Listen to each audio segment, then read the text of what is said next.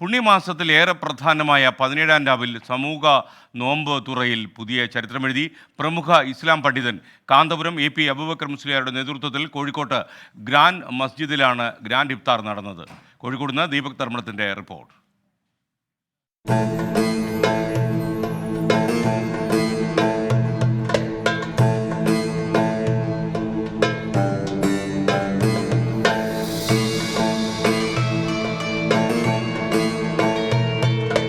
ഇതാണ് grand മസ്ജിദിലെ grand ഇഫ്താർ.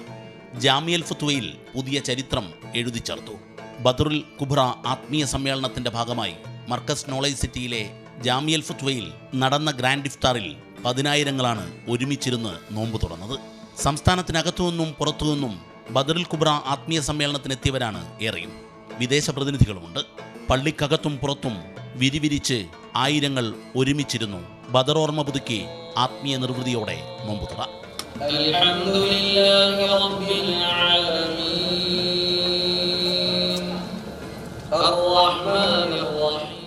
ആത്മീയ സമ്മേളനം ഗ്രാൻഡ് മുഫ്തി കാന്തപുരം AP അബൂബക്കർ മുസ്ലിയാർ ഉദ്ഘാടനം ചെയ്തു. യുദ്ധത്തിൽ പോലും സ്ത്രീകളെയും വൃദ്ധരെയും കുട്ടികളെയും ആക്രമിക്കരുതെന്നതാണ് ഇസ്ലാം പഠിപ്പിച്ചത്.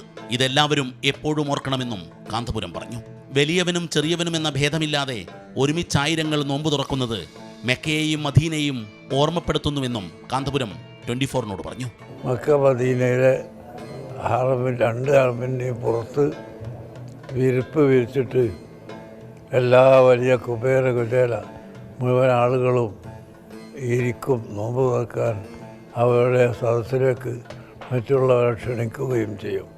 അതുപോലെ ഇന്ന് അള്ളാഹുവിൻ്റെ സഹായത്താൽ ഇവിടെ എത്രയോ വലിയ ആൾക്കാരും അഭിവൃദ്ധിയുള്ള ആളുകളും പണക്കാരും പണ്ഡിതന്മാരും എല്ലാം ചേർന്നുകൊണ്ടുള്ള ഒരു നോമ്പുതുറയാണ്. വലിയ പണക്കാർ, രാഷ്ട്രീയ നേതാക്കൾ, ഇവരോടൊപ്പം ഒരുപാട് സാധാരണ തൊഴിലാളികൾ ഇവിടെ സന്തോഷത്തോടെ നോമ്പ് തുറന്നു. റമദാൻ ഇസ്ലാം ജനതയ്ക്ക് വ്രതശുദ്ധിയോടെയുള്ള ആത്മനവീകരണത്തിൻ്റെതാണ്. ഒപ്പം സാഹോദര്യത്തോടെ ചേർത്തുപിടിച്ച് പരസഹായം നൽകലിൻ്റേതും.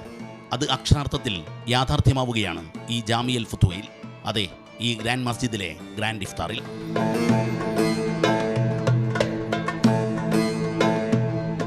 ദീപക് ധർമ്മടം, 24 കോഴിക്കോട്.